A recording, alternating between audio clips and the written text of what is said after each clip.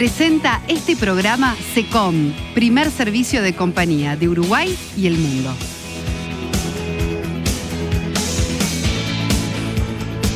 Clínica Oftalmovisión, centro quirúrgico de alta especialización, referentes en todas las áreas de la oftalmología. Buen sábado para todos, bienvenidos a Saber Vivir Mejor. Hoy en la previa del Día del Padre tenemos un programa con temas muy variados. Entre esos temas vamos a hablar de sobrepeso y obesidad y una de sus consecuencias posibles, el hígado graso. Además, una invitada con mucha química en la cocina. Estos son los avances. Hoy, en Saber Vivir Mejor, la doctora Rey habla de los problemas de sueño y de las indicaciones de la melatonina. Conversamos sobre el hígado graso con el doctor Marcelo Valverde y recibimos a la cocinera y comunicadora Leticia Sichero. Y momento de saludarla a ella, la doctora Rey. ¿Cómo le va, doctora? Muy bien, Soledad. Bueno, me encanta su look hoy. Muy de fin de semana, la descoloqué con lo que le dije. Bueno, el tema de hoy me parece un tema muy importante porque está de moda, podríamos decir, que es el tema de la melatonina y de la ingesta de melatonina para ayudar supuestamente a dormir mejor. Pero cuénteme, doctora, Exacto, cuénteme. y yo hoy pensaba, ¿qué voy a hablar? ¿A favor o en contra? No es de hablar ni a favor ni en contra. Es transmitir información para que uno la conozca. Yo creo que el mayor poder estará en la información. Es verdad, como tú decías, el consumo de melatonina en los últimos tiempos ha aumentado muchísimo.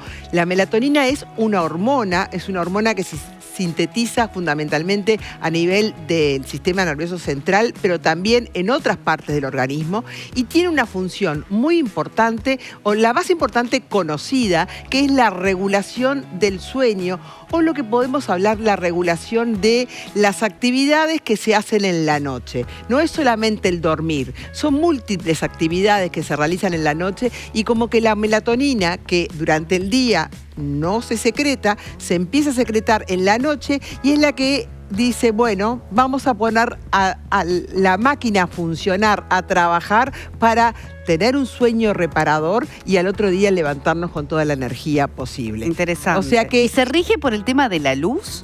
Exactamente, le dicen la hormona murciélago. ¿Por qué? Porque sale de día o aumenta su concentración en la noche y disminuye durante el día. Por eso también es muy importante que los que estudian la melatonina refieren que la luz blanca o la luz de los celulares pueden afectar la secreción normal de melatonina. Entonces son como pequeños detalles que se están estudiando y que ellos recomiendan que cuando uno se vaya a levantar, por ejemplo en la noche, se levante con una luz cálida y no con luz blanca, y están en contra obviamente del uso de pantallas después, antes de irse a acostar, porque van a interferir. Clarísimo. ¿Cuál es el uso fundamental que se le está dando a la melatonina? La melatonina, como dijimos, regula el sueño, es un regulador del sueño, pero no es un hipnótico, no es un inductor del sueño, sino que actúa a nivel de todos los metabolismos del sueño. El concepto que uno tiene, o que lo que más se utiliza es: no me puedo dormir, tengo insomnio, voy a tomar melatonina. Bueno, ahí seguramente no le vaya tan bien en ese resultado, porque no es la función principal de la melatonina. Hay un estudio que se realizó en 2013, en el cual lo que se vio que los pacientes que tomaban melatonina lograban conciliar el sueño 7 minutos antes y dormían 8 minutos más.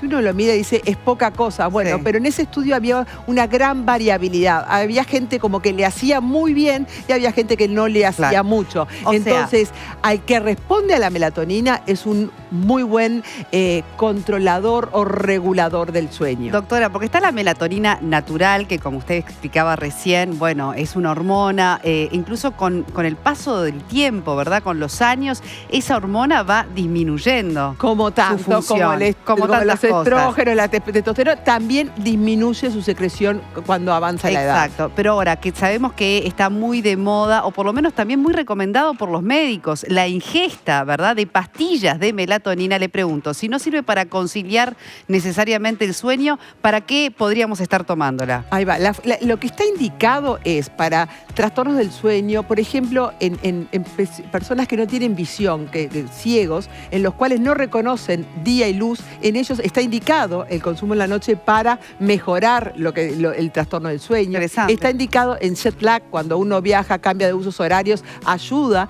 Para trabajos nocturnos o cambios en horarios rotativos puede ayudar también. Eso es lo que está más que nada demostrado el uso de la melatonina. Después hay otros estudios que se están llevando a cabo y que son muy prometedores. Yo creo que es una hormona de la cual vamos a hablar más, que son como antioxidante, entonces se asocia con una mayor longevidad, alteraciones de la inmunidad y a nivel de trastornos neurodegenerativos, en el Alzheimer, en el Parkinson, como un protector neuronal. Entonces creo que eso es muy importante. Pero ¿qué es la otra cosa que quería decirles de la melatonina? Que se hizo un estudio en Estados Unidos, o sea, no es considerado un fármaco, es un producto de venta libre. Entonces, vamos a cualquier lugar y vamos a encontrar diferentes tipos de melatoninas que no tienen las condiciones de elaboración de lo que se dice un medicamento, que uno tiene determinados controles y registros necesarios. Estos fármacos, lo que se hizo en Estados Unidos se fue a fijarse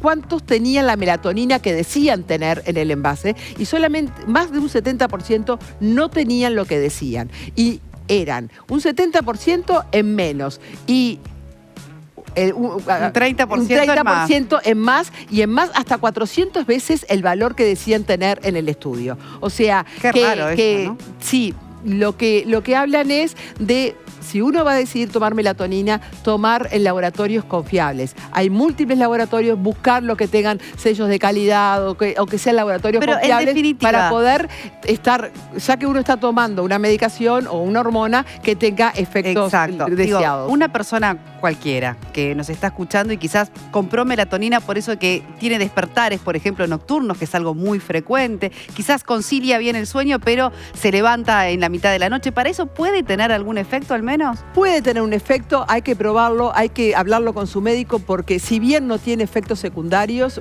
puede no ser exactamente lo indicado. Y no saber la dosis también para que haga el efecto, ¿no? ¿Cuánto habría que tomar realmente para el efecto? Pero también digo, como primer paso para el insomnio, acompañado de lo que son toda la higiene del sueño, que vamos a hablar, que hemos hablado varias veces, lo que es la higiene del sueño, es un buen medicamento porque si te da resultado, no produce efectos secundarios, no te produce adicción, no tiene tolerancia, o sea, no tenés que ir aumentando la dosis, o sea, puede ser un muy buen medicamento. Creo que tenemos que acompañarlo un poquito más en su proceso de considerarlo realmente un medicamento, una hormona y que se venda en las concentraciones indicadas para cada paciente. Excelente. Y como siempre decimos, tiene que hablarlo con su médico porque cada característica, cada paciente, bueno, tiene su propia indicación. Nosotros continuamos aquí en Saber Vivir Mejor y quizás sabías que dejar pasar pequeños problemas de visión puede generar a futuro un daño irreversible en tus ojos. Es importante que controles tu salud ocular. Es fundamental para prevenir enfermedades como el glaucoma o la retinopatía diabética. Y en Oftalmovisión hay un staff de 11 médicos especializados en todas las áreas de la oftalmología. Así que comunícate con ellos, agenda tu consulta en 24 horas. Y, por ejemplo, estuvimos allí en Oftalmovisión para conversar con la doctora Paola Pacheco sobre queratocono. Mira la nota.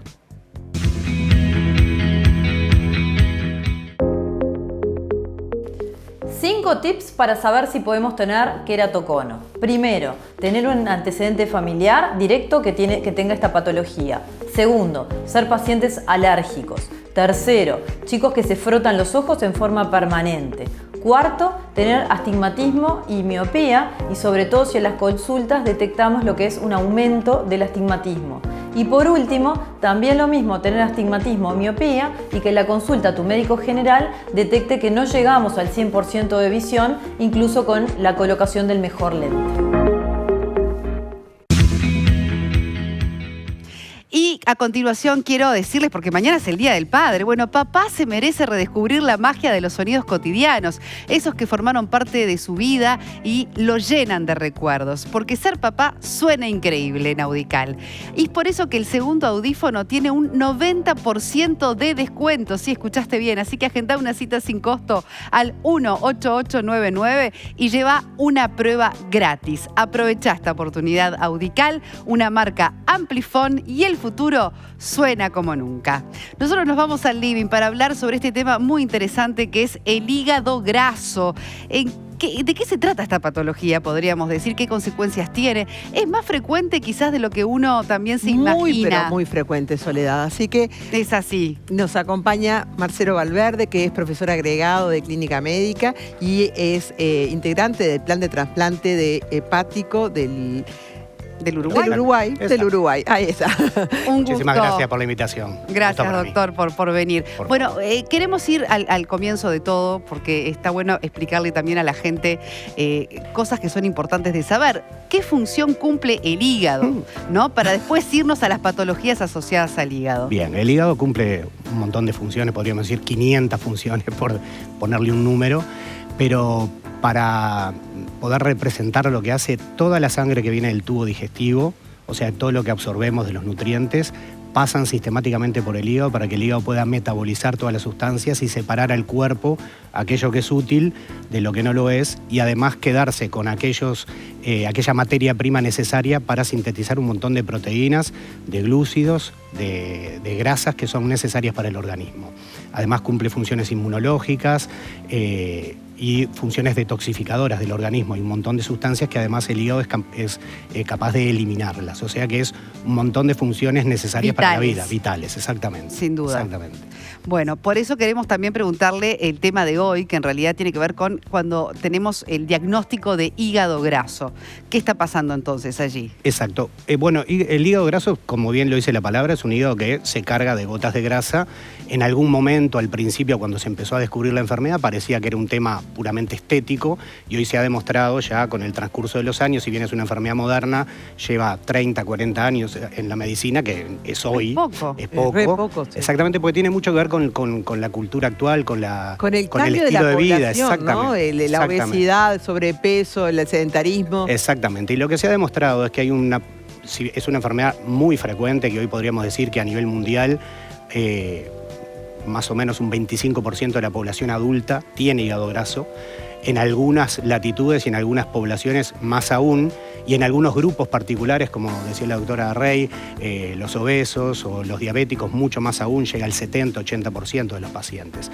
Y el gran problema es que esas gotas de grasa a lo largo de la vida van generando cierta inflamación sobre las células del hígado, que se inflaman, se lesionan, dejan de funcionar, y el organismo hace lo que sabe hacer para reparar, que es cicatrizar el tejido. Entonces, si uno ve que a lo largo de la vida esa grasa empieza a generar inflamación en el hígado y el hígado intenta reparar esa inflamación con cicatrices, se llega a la etapa final de la enfermedad, que es lo que todos conocemos como cirrosis, que es aquel hígado que está lleno de cicatrices y de intentos de regeneración de un tejido que ya por el transcurso de los años ha claudicado en sus funciones. Entonces, lo importante es que hay que saber es que es una enfermedad de muchísima incidencia, de muchísima prevalencia, y que hay un porcentaje no despreciable de pacientes que van a transcurrir a lo largo de los años de enfermedad hasta poder llegar, un 20% aproximadamente, a la cirrosis y al cáncer de hígado, con las consecuencias que eso tiene, incluso la necesidad de trasplante. Usted menciona cirrosis, pero no estamos asociando solamente al consumo de alcohol. Quiere decir que los malos hábitos, por ejemplo, alimenticios, o como decía la doctora,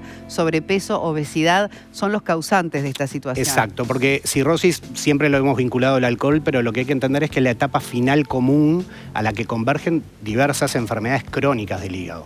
El alcohol era muy frecuente y era una de las causas principales de cirrosis en nuestro medio, las hepatitis virales, el virus C, el virus B también, y hoy en día se está posicionando como la principal causa de cirrosis en el mundo occidental, al menos, al hígado graso. Por lo tanto, es una pandemia de una enfermedad crónica que no es transmisible, pero que está muy ligada a hábitos de vida y algunas cuestiones también genéticas y medioambientales, pero que pueden llevar a esta etapa final de la enfermedad, donde el hígado pierde absolutamente la capacidad de cumplir con estas funciones que hablábamos. Marcelo, lo que pasa normalmente es la persona que viene a hacerse un control y que en ese chequeo se encuentra algo en el funcional del simograma hepático, tú nos vas a contar ahora, o que se hace una ecografía y en la ecografía se diagnostica el hígado graso. ¿Qué pasa con ese paciente cuando llega a la consulta? ¿Cómo son los pasos? ¿Cómo es la evolución? ¿Cuáles son los seguimientos? Ahí está. Sí, es una enfermedad que es muy evoluciona de forma silente, ¿no? A bajo ruido durante muchos años. O sea, no tiene síntomas. Exactamente. Generalmente no es un hallazgo. A veces los pacientes si indagás un poco te pueden referir a alguna sensación como de pesantez del lado derecho, pero nada específico. ¿Quién no? Claro. Nada específico. Entonces se llega a hacer una ecografía por diversas causas, capaz que por otras razones, o un funcional hepático en el contexto de un carnet de salud o de algún chequeo de salud, y se encuentran algunas pequeñas alteraciones. Ojo que el funcional hepático puede ser absolutamente normal y uno tener igual hígado graso. El diagnóstico se hace a través de la ecografía, porque la ecografía nos muestra que el hígado tiene determinado brillo, que eso se asocia con la presencia de grasa. Cuando nos dicen que tenemos una esteatosis hepática, pues ese es el nombre de la enfermedad, esteatosis hepática, o popularmente conocido como hígado graso, el problema es, pertenezco a ese 80% de personas donde la grasa en el hígado va a tener un comportamiento bastante benévolo, o soy del 20% de personas que quizás llegue a la cirrosis. Bueno, en principio uno no tiene la herramienta como para predecir a futuro. Lo que sí es que en algunas poblaciones en particular, los diabéticos, los que tienen sobrepeso o obesidad, la fibrosis, o sea, el daño del hígado es mucho más acelerado que en poblaciones sin obesidad, sin sobrepeso y sin diabetes. Entonces, cuando ya uno ve un paciente con este perfil en particular, uno dice, este paciente es de los que probablemente a futuro desarrolle fibrosis. Lo que podemos hacer es evaluar ese hígado de alguna forma más profunda que con una simple ecografía, para ver si el paciente ya en el momento del diagnóstico tiene algo de fibrosis. Y para eso hay un método que se llama elastografía transición, popularmente conocido por su marca comercial, que es el FibroScan, que haciendo un estudio es muy parecido a la ecografía, no es invasivo, no hay que pinchar el hígado, no hay que hacer ningún procedimiento invasivo raro. Es como una ecografía más profunda. Es otra técnica, pero es muy parecido. Nos puede decir si ese paciente que le acabamos de diagnosticar esteatosis hepática ya tiene o no cierto grado de fibrosis. Y lo interesante es que no solamente nos dice si tiene fibrosis o no, sino que nos dice el grado de fibrosis. Y nosotros sabemos que hasta determinado grado de fibrosis, haciendo las cosas a tiempo y bien, podemos retroceder. Exacto. Antes se pensaba que esas cicatrices claro, no tenían reversibilidad, lesión. pero se sabe que hasta cuando tenés fibrosis hasta grado 2, se puede retrotraer totalmente, y cuando uno tiene fibrosis más avanzada, grado 3, 4, por lo menos frenar la progresión de la enfermedad. Y doctor, ¿de qué depende esos cambios, no? O esa situación que se revierta? Lo primero es un cambio, por ejemplo, en el tipo de alimentación.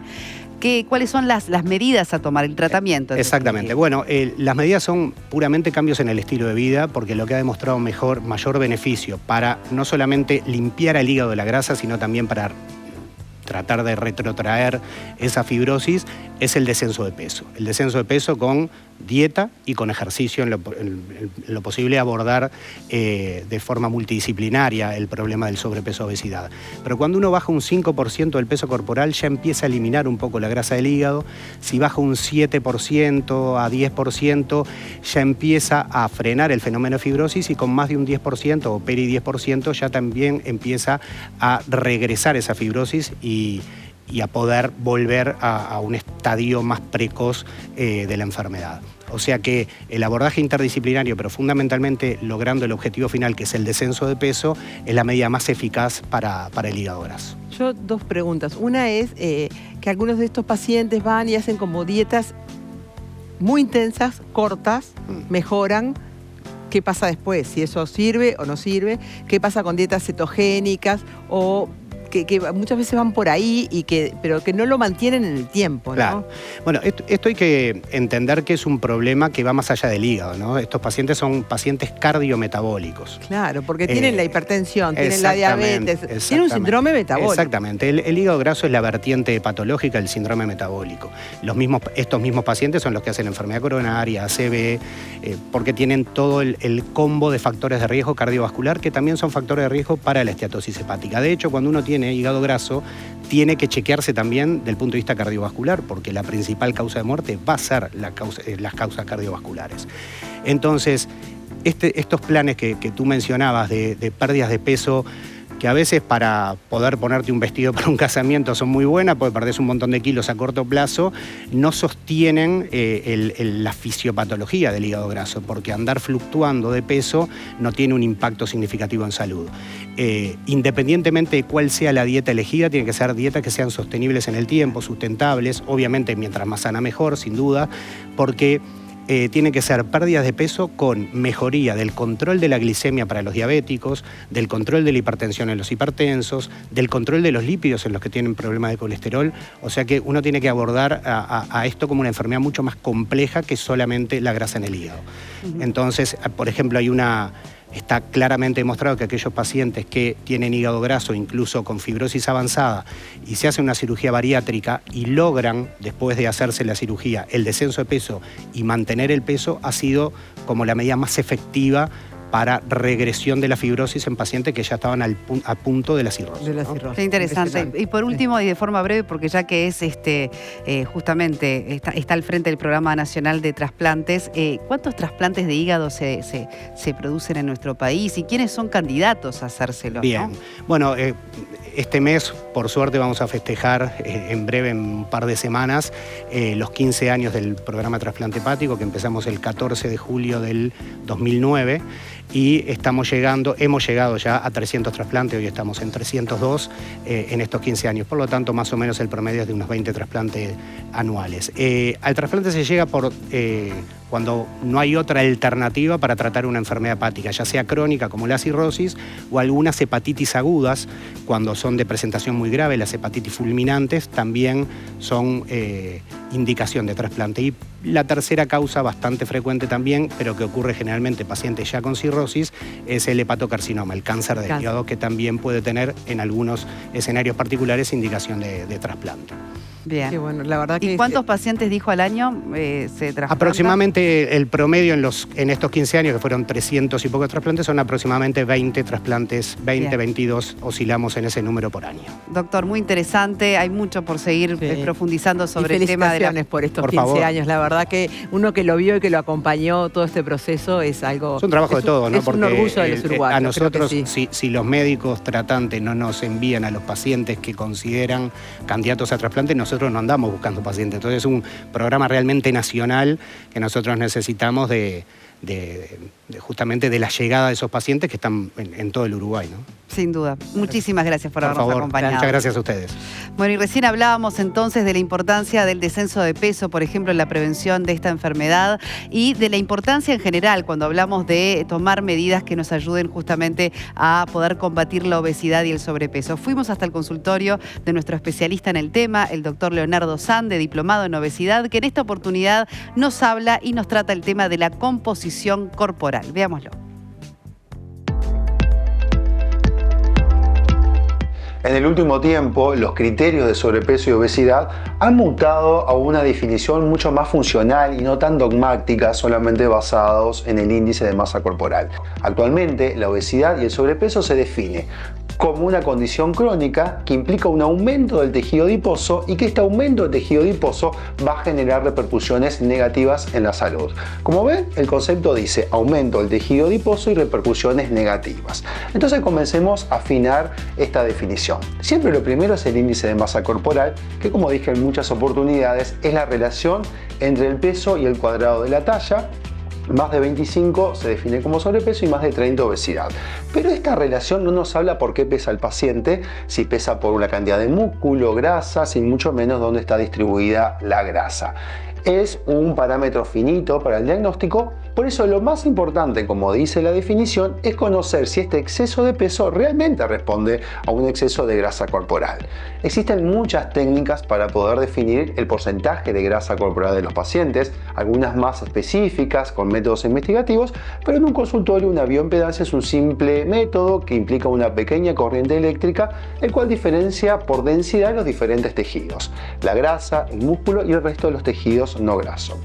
Con esto podemos decirle a una persona si tiene un exceso de grasa corporal. Más de 35% es el límite que se plantea para las mujeres y más de un 25% es el límite que se plantea para los hombres. Sí, una medida que es súper importante y que está relacionada con enfermedades cardiometabólicas es la circunferencia abdominal. Un exceso de circunferencia abdominal se está expresando de una forma que existe más grasa visceral y es la grasa visceral la que se asocia a enfermedades cardiovasculares, diabetes u otros trastornos metabólicos. Entonces, además de saber si una persona tiene un exceso de grasa corporal, es importante ver dónde está distribuida. Porque quizás esa grasa está en la parte inferior del cuerpo, glúteos, caderas y no representa grandes cambios para la salud. También hay que conocer de los pacientes, en estos pacientes que vemos que tienen un exceso de peso y de grasa, hacer exámenes clínicos, ver si no tiene alguna alteración metabólica, de lipidograma, colesterol, triglicéridos, y conocer sobre todo las enfermedades asociadas que tiene este paciente para ver si este exceso de grasa corporal está generando repercusiones. Este concepto más funcional de sobrepeso y obesidad creo que apacigua una discusión de muchos años si la obesidad es una enfermedad, es un factor de riesgo. Creo lo que más se critica es la forma como se ha diagnosticado obesidad, solamente basada en el índice de masa corporal, porque hay muchas personas que entrarían en tener sobrepeso y tener obesidad. Está claro que las personas con sobrepeso y obesidad por mucho tiempo han sido víctimas de estigma, de discriminación, y atribuirle culpa a esta condición, y es bastante entendible que existan movimientos que critican el diagnóstico por el impacto que tiene. Acá lo importante es explicarle a los pacientes que no existe un peso único saludable, que ser saludable implica muchos más factores que un peso, que sí, nuestro corazón, pulmones y otros órganos están planificados por un peso que depende de nuestra altura, y cuando más nos aproximemos a ese peso, lo vamos a sobrecargar menos. Pero sobre todas las cosas, que acá lo importante es hacer ejercicio físico, comer saludable, no tener hábitos tóxicos para tener una vida mejor, plena y más apropiada. Excelente, doctor Sande. Y quiero decirles que a continuación que SECOM es la empresa líder. Brinda un servicio humano y profesional a través de sus acompañantes egresados de la Escuela de Capacitación. Cuenta con certificado de calidad en todos sus procesos según la norma ISO 9001-2015 y ahora, además, cumple con estándares internacionales en seguridad de la información, contando con la certificación ISO 27001-2022, garantizando la protección de la información de los afiliados, colaboradores, proveedores y otras partes interesadas. SECOM es el primer servicio de compañía de Uruguay y del mundo. Vamos a hacer una brevísima pausa y cuando regresemos tenemos mucho más para saber vivir mejor y una invitada que sabe combinar como ninguna la química y la cocina. Ya van a ver.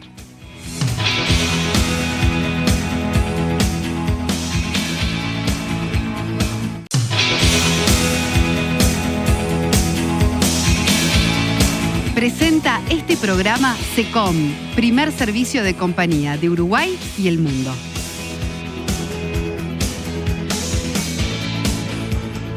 Clínica Oftalmovisión, centro quirúrgico de alta especialización, referentes en todas las áreas de la oftalmología. Y continuamos en Saber Vivir Mejor. En instantes nada más conversamos con la ingeniera química Leticia Sichero, pero ustedes la conocen más porque ella es una gran cocinera que los acompaña en la mañana en casa, y tenemos mucho para hablar sobre su vida y también sobre su amor a la química y por la cocina también. Y ahora quiero contarles que Red Oak es un residencial para la atención de adultos mayores. Bajo la dirección de la doctora Jimena Carriquiri, ofrece atención personalizada para que esa etapa de la vida suceda con salud, estabilidad emocional y dignidad. Red Oak Carrasco recibe solamente 6 pacientes en régimen de habitación individual. Cuenta con fisioterapia especializada, alimentación equilibrada, sistema de gestión, para el suministro de la medicación, visitas de familiares y amigos en régimen de libre acceso y, por supuesto, en Red Oak es un residencial que está habilitado por el Ministerio de Salud Pública. Los invito a conocerlo.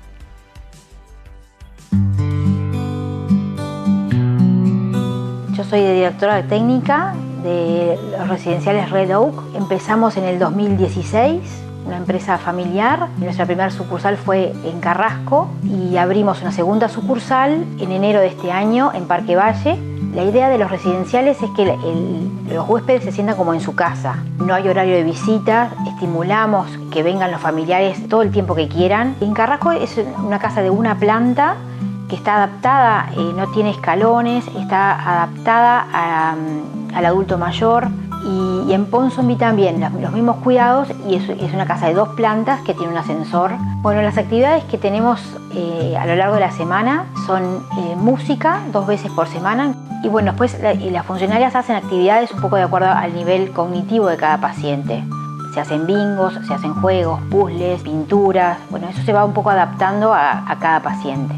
Tenemos pacientes que están viviendo con nosotros, nos contratan como un servicio de larga estadía, Y también hay pacientes que vienen a recuperarse luego de una internación o de un posoperatorio. Y bueno, para ello contamos con fisioterapia en los 2 locales. Si se necesita fonoaudiólogo, también tenemos fonoaudiólogo. Hay servicio de peluquería, podología. Yo como directora técnica estoy muy en contacto con los médicos tratantes. Tenemos una alta proporción entre funcionarios y pacientes. Eso nos permite el trato personalizado que buscamos. Nuestro residencial está habilitado por el Ministerio de Salud Pública y los invitamos a conocernos cuando ustedes quieran.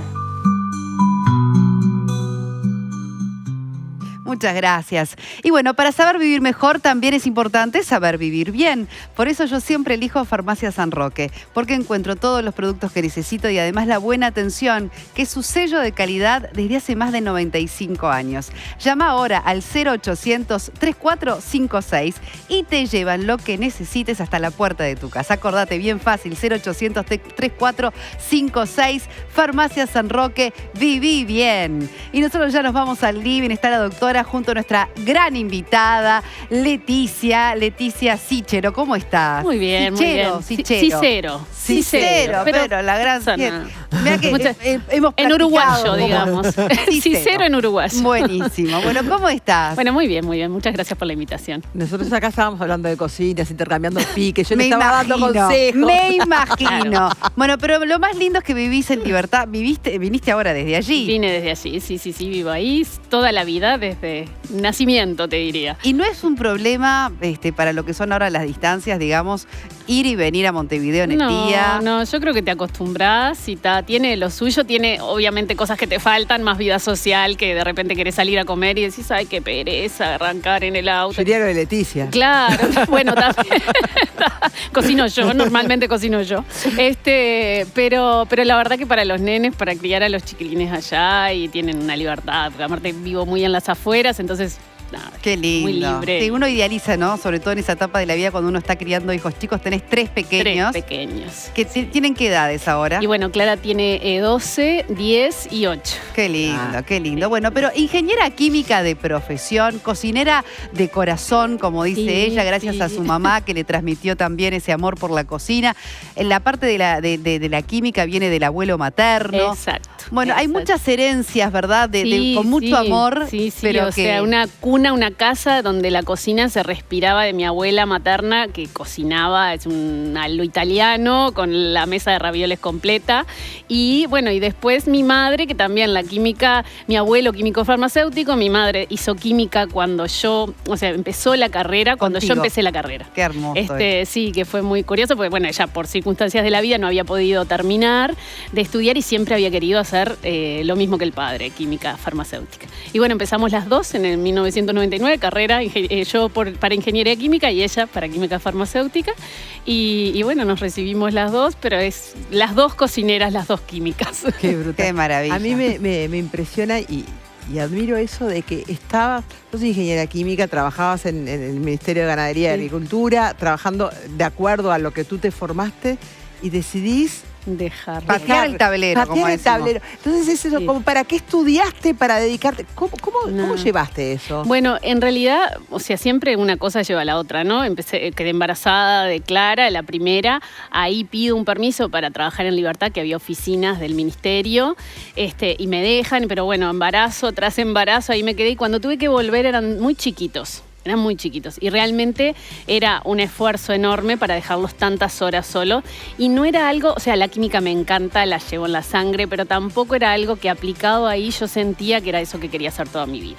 Era bien. Como que, bueno, no, por esto no lo cambio. Claro. Voy a crear. Pensaste además la crianza presente de siempre, 3 chiquitos. Siempre, sí. Me nace mucho la maternidad. Siempre digo que si hubiera podido, hubiera seguido. Pero bueno, ya los tiempos y el trabajo y lo demás. Y bueno, decidí, tuve el privilegio de poder decir, bueno, dejo. Yo en ese momento ya había hecho carrera en pastelería, había hecho chef pastelera. Y empecé como a hacer unas carpetas para dar clases en colegios de química, iba por ahí, de cocina, perdón. Y bueno, y ahí sale Masterchef, el primera edición. Esa fue su gran audacia, ¿no? Sí, anotarse. Claro. sin decirle nada a nadie. Y en sin MasterChef. saber a dónde iba, porque los realities ahora estamos ya mucho Claro, más estamos acostumbrados, acostumbrados. pero aquel era el primero. Aquel era el primero y lo que consumíamos era de Argentina y medio salvaje, porque aquello era... Claro. Entonces no sabía lo que iba y no era mi perfil tampoco en ese momento. Yo estaba como, ¿qué voy a hacer? Pero bueno, Y ahí te dije, metiste, hermosa llegaste a la experiencia, final. ¿no? estaba, sí, claro, divina experiencia, divina porque aprendí un montón en el camino, también como que agarrás esa cancha para decir, bueno, ahora que sea lo que sea, ya estoy acá, porque en realidad al principio como que muchos miedos, llegó un momento y dije, no, esto lo voy a disfrutar y esto me va a servir para no sé qué, porque la realidad es que yo entraba para decir, bueno, algo tiene que pasar después de esto, no sabía qué, y salió de la mejor manera, la verdad. Una genial. Yo resumiendo, les cuento que después, bueno, ella llega a la final de MasterChef, la contrata Canal 10, te contrata una radio también para hacer columnas de química y cocina. Bueno, empezaste una comunidad enorme en Instagram con seguidores fieles, una comunidad muy grande. Las cosas se dieron. Escribe un libro. Escribo el libro. Fue como todo. Después de MasterChef fue como que todo fue rodando. Unos engranajes que fueron ahí. Pero también hay algo que vos sumaste, ¿verdad?, al sistema mediático, que evidentemente había una necesidad de profundizar también del lugar de la cocina, pero de una química que tamén traía su perspectiva, ¿no? Un carisma particular. Sí. Bueno, se dieron cosas que. Sí, claro, yo tienen lo que ver trato con tus cualidades. A ver, hay gente que 2x3 me dicen, pero vos haces química molecular en la cocina, ¿no? No tiene nada que ver con eso. O sea, yo trato de dar las explicaciones científicas para muchas cosas que hacemos en casa normalmente, pero que a veces no sabemos por qué las hacemos. O sea, bueno, esto pasa, cuando se forma el gluten pasa esto, hay que amasar por esto o no hay que amasar por esto. O sea, es como para la vida práctica. Después en el libro también lo encaré para el lado de, bueno, vamos a cuidarnos también en casa. No comemos en en un restaurante tiene que cuidarse bromatológicamente de todo, pero nosotros en casa también podemos hacer cosas Que son no peligrosas. sabemos si son peligrosas. Por ejemplo. Y a ver, después vos lo sabrás, ay, tengo una gastroenterocolitis. ¿Será, ¿O será que manipulamos no quedó más bien algo limpia? ahí Claro. y Es terminaste fundamental tomar en cuenta en la cocina de nuestras casas, Sí. cuando vamos a cocinar, Sí. además de, por supuesto, lavarse las manos, ¿no? Sí, claro, eso ¿Qué es lo otras básico. cosas Pero son después, fundamentales? bueno, yo qué sé, el asado de los domingos, ¿no? La típica tabla donde ahí condimento la carne cruda, voy a la parrillita, pongo el asado, dejo la tabla medio cerca. Ahí de Y después calorcito ahí, que se del vaya. calorcito, que no le encantan a los bichitos eso, y después ahí, sin darme cuenta, uso la misma tabla para picar la carne cocida. No hay que hacer ya, eso. No. O ¿Ves? sea, Pero eso es algo ahí fundamental que Es hay que algo saber. que a veces lo hacemos sin saber y por la practicidad, y bueno, tengo todo ahí, lo hago. O de, bueno, tengo una lechuga que ya está pronta para consumir y sin querer ahí la pongo en la heladera en un lugar que no corresponde y tenía una carne en un plato que la carne se descongeló o algo y chorreó sobre la lechuga que yo ya la tenía lavada. También la ubicación de las cosas en la heladera. Son cosas prácticas que hacemos a diario, que no las pensamos, que está bueno que me quedé explicarlas. preocupada con la ubicación de las cosas en la heladera. Bueno, hay todo un porqué de por qué ubicamos Desde las por qué cosas. se ventila la heladera. Claro, todo por lo- qué se lavan o no los huevos. Hay un montón de ¿Se lavan cosas. o no se lavan los huevos? Los huevos no se lavan hasta no consumirlos. Sí se lavan en el momento que los voy a consumir. Pero cuando los compro no los tengo que lavar. Bien. Porque ¿Por si qué los lavo, eso? A ver, le la quito explicación química, claro, le quito protección. una cubierta protectora natural que tiene el huevo. Entonces, si yo los lavo y después los uso a los 15 días, son mucho más propensos a la entrada, contaminarse. claro, de otras. Bueno, para todo eso es importante saber de química y por eso el libro también que se lo recomendamos, porque ahí vos explicás mucho de esto Ahí que explico venimos todo conversando. esto, explico también cómo organizarse en la cocina, que es muy mío, porque también eso ayuda a la organización, ayuda a la higiene, a las buenas prácticas en casa, a tener todo previsto, a hacer las cosas con más eficiencia, que también es parte de Al mí. uso del freezer también. Al y uso del microondas, freezer, y del microondas. organizarse desde ese punto de vista, qué cosas puedo congelar, qué cosas no puedo congelar. ¿Por cuánto tiempo? ¿Por Ay, cuánto tiempo? Tantas preguntas Hay un trascendentes, montón. porque son del Claro, día a día. es eso. El libro es eso. El libro es practicidad para la vida diaria, explicado de una manera que no tiene que asustar, porque no es química pura y dura del liceo. No, de hecho vos nos enseñás cosas prácticas y ahorrar tiempo en la cocina, que es lo que todos queremos. Y ¿no? Sí, Yo ahora creo que necesitamos tiempo. Cuando uno entiende los por qué, te queda grabado, Claro, ¿no? es Yo leí así. o que te escuché alguna vez de la sal. Cuando uno hierve el agua, Claro. si le pone la sal antes o le pone Claro. después, porque demora, al Claro, ponerle la sal claro. demora el tiempo de ebullición. Sí, sí, sí, ¿Y sí, tú sí. qué comentaste frente a eso? Sí, bueno, que hay algo que se llama aumento ebulloscópico, que una solución, o sea, una cosa es el agua sola y otra cosa es el agua con sal, que va a haber un mínimo aumento del punto de ebullición y por eso demora un poquito más. Pero Para ese el otro- mínimo es mínimo, es de mínimo, un segundo. es mínimo, O sea, que no nos hace la diferencia, como claro. consejo, Soledad, Sí. vos pones la No, sal... esto no, esto es muy fuerte. Vos pones Ella en la sal- cocina. Vos pones la sal cuando te acuerdes. No Porque a pasa nosotros lo nada. que nos puede pasar es que nos olvidemos de poner la sal. Seguro. Bueno, yo- Ya es un problema mayor, es un Doctora, problema me mayor. quedo tranquila y cuando tengo una duda le mando un WhatsApp. Leti, otras cosas que quiero saber de ti, porque bueno, vos también, a propósito de la comunidad en Instagram, que creció muchísimo, tenés muchísimos seguidores, sos muy generosa en compartir información, recetas, bueno, y de todo, y tu experiencia de vida. ¿Tus hijos comen de todo para arrancar? Porque yo siempre digo, ella es chef, sabe Bueno. todo, sabe un montón, cocina, cocina comida Esto- casera. ¿Y los chicos Esto comen? es así, remamos para que los chicos... No, la verdad es que de niño soy bastante, pobrecitos, estricta a la hora de no ceder. Porque, ¿qué pasa? El paladar se entrena como se entrena todo. otros músculos del cuerpo, el paladar se entrena con los alimentos. Entonces, cuando estás cansada y sos madre y tenés hijos chicos, muchas veces es más fácil ceder que decir... Pero bueno, yo he hecho una especie de, igual no se crean que todo funciona bárbaro, pero lo que sí trato de hacer es no ceder a la primera, insistir bastante, decir, bueno, no te gustó el brócoli en una ensalada, vamos a hacerte una tarta. La próxima vez vamos a hacer un brócoli rebozado. Me pasó con el pescado, por ejemplo, que una no comía pescado y empecé a hacer el método de cocción por excelencia que más enriquece los alimentos es el frito, lamentablemente. Pero dije, bueno, vamos a hacer ese método de cocción hasta que incorpore el pescado y dárselo en pequeñas. Bueno, hoy tenés que comer un poquitito. Y hasta que un día me dijeron que rico pescado. Y es así, o sea, es constancia, pero así todo hay cosas que no comen. Igual, insisto, a veces, bueno, ya sé que no te gusta la remolacha, te voy a poner 2 cubitos y vas a comer. Porque no quiero tampoco decir, bueno, me rendí. Esto no se lo voy a dar nunca más. No los hago sufrir, pero tampoco cedo del todo.